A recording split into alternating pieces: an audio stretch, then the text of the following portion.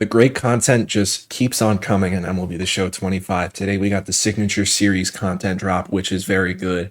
We also got a ginormous roster update that I made 6 million stubs on, according to my Excel sheet. I can't wait to get into this. Let's do it. Taking a look at the calendar as always. So in the future, in a week from today, we have 7th inning XP Reward Path and Weekend Classic. We have new programs the following Tuesday, and then we're actually getting the 4th stage of Team Affinity. I thought it was going to be a little later in September, but August 29th, 30 new Team Affinity programs, and then we're also going to be getting the Shark Map. So the first thing that I want to cover is the roster update, because this is just a behemoth of a roster update. There are so many big changes. Let's go. I'm obviously not going to break down the whole thing, but I'm going to go over the new diamonds, and then I'm going to quick sell my guys and get all my stubs. But if you want to take a look at it, just go in the game because it is just huge. It's the biggest roster update every year. But a few notables, Chapman's going up to an 89. And one thing too is I'd be interested to see some pitch changes because a lot of these pitchers are going to have new pitches in their arsenal. But you can't look at the player card. But first new diamond is Alejandro Kirk, got a +3, which is crazy. I thought he was only going to get a +1 or 2. The thing about this roster update is the magnitude of these increases were tremendous because the defense factors so much, as you can see with Alejandro Kirk. Moving down, Trey Turner was a popular one. He got a +2. Shea Langoliers got a +7. Oh my goodness. For those of you who invested in him when he was around the 81 quick sell, the return on investment is probably one of the best ever for Shea Langoliers. I got 500 of him at an 84 quick sell. So that's like 200% for 500 of Langoliers. We'll get to my inventory later, but that's huge. Moving down the line, Schwarber did go diamond. I mean, it's kind of what I expected. He got I thought he was going to go up versus right, down versus left. I don't know how he got a base running aggressiveness upgrade, but he makes diamond. I just didn't want to risk it for him. Nico Herner, I feel like nobody even talked about him. His price went from quick sell to like 2,300 within the last day. And he actually made diamond, so I don't know what happened, but nobody really predicted him, but he got it. Moving down the line, Edwin Diaz, of course, pretty big. Holy, I can't even speak English. Pretty much the biggest lock of this update. Julio Rodriguez went up to an 86. This was a really good one that I got in when he was cheap. Moving down the line at the other diamonds, Lindor almost a gold. Nick Pivetta did make diamond. He got a +2, so that was a good one for me.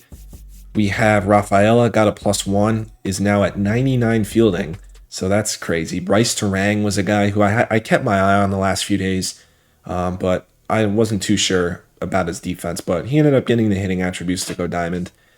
And then that's it for the new diamonds. But a couple other notable ones. Mason Wynn gets a +4. Carson Kelly gets a +3. And then Christopher Sanchez, +3. I have over 1,000 Christopher Sanchez cards. Dylan Dingler got a +5. I'm going to hold on to him in case he starts getting hot offensively because he'll go diamond. But he's already made me a ton of stubs. And yeah, like those are the notable ones. Laureano got a +4. Woodruff got a +4. Dubon got a +5. Wow, those are crazy defensive upgrades. But yeah, insane roster update.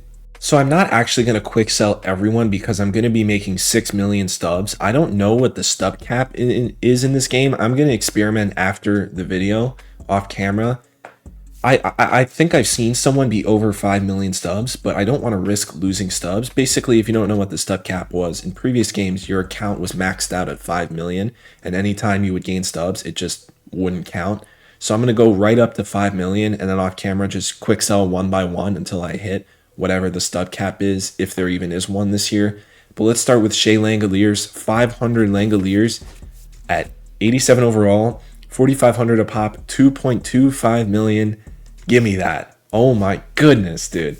This is easily my best roster update of all time. Alejandro Kirk, another 201 of an 87 overall. That's 900K. I'm already at 3.5 million. Going down the line, I think I'm going to do J-Rod. 1.8. Okay, that would go over. Let me do Diaz here for 750,000. Boom. And then I'll probably do Pivetta. Like I said, I don't want to accidentally lose out on stubs because of the stub cap. I'm going to go back. Okay, let's do Rafaela. 100 of him, that's 309K. I bought the Rafaelas at 800 stubs a piece too, so that's an insane return, revenue speaking. And then Nick Pivetta, 100 for 300K. That puts me like right at the old stub cap at 4.9 million. I want to see if there's, okay, those are all the diamonds that I had. Yeah, hopefully I remember and I can comment or like give like a screenshot or something. But yeah, right at the stub cap, 4.9 million, dude. Now we can finally take a look at the new content that came out today. Let's start with the Signature Series program. It is 99 David Wright, and this card looks phenomenal and is amazing for a free 99 program. 118, 125 contact, 102, 111 power, 90 vision, 108 discipline, 120 clutch, amazing defense at third, great speed as well. This card is easily the best third baseman in the game that isn't Jose Bautista, I would say. Even though he's not primary, I just put him there at a secondary, but this is an amazing free card. Moving down the line in the program, we have Andy Pettitte. Doesn't really have the hits per 9 for this stage in the game, but he does have really good control. I'll give him that. And then Justin Morneau. So only 3 players in the program.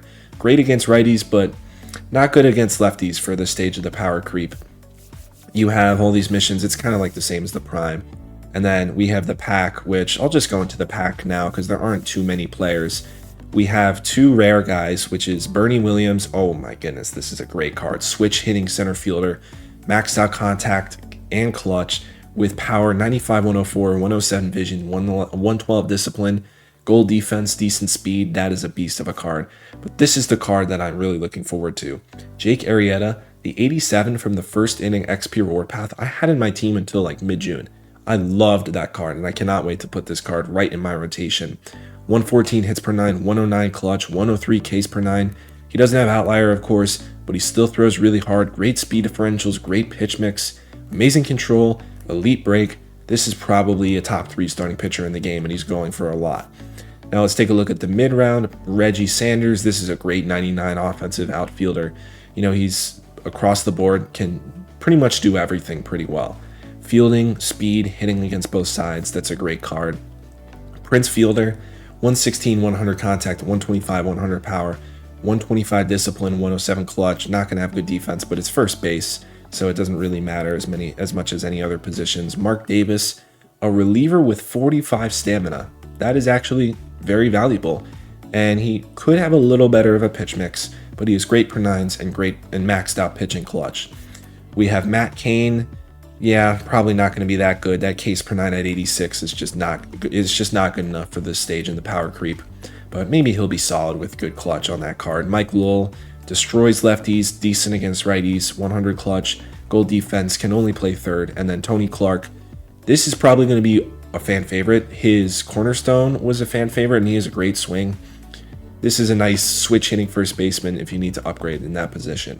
Now moving on to August Spotlight, let's take a look at this content. So the program reward is Luke Keeschel from the Twins. He can play second, third, and center.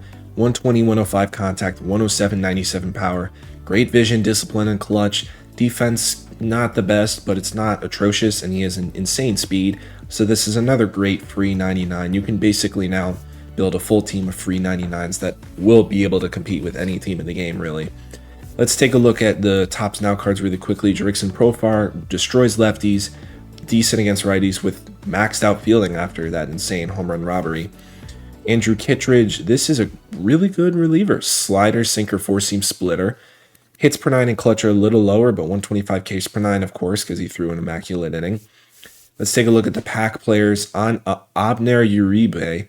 Wow, this is a good card. Does he have outlier? Yes, he does. Sinker, slider, four-seam, maxed out hit, Ks per 9, and clutch. Control and break. Control could be a little better, but everything else is insane with this card. Dalton Varsho, 113, 120 contact, 125, 90 power, 125 clutch, 99 fielding and reaction. This is a great card as well. Taking a look at these Tops Now cards, Gurriel, pretty good against righties, okay against lefties. Isaac Collins, he's been super underrated rookie for the Brewers. Balanced hitter across the board, but nothing like too spectacular.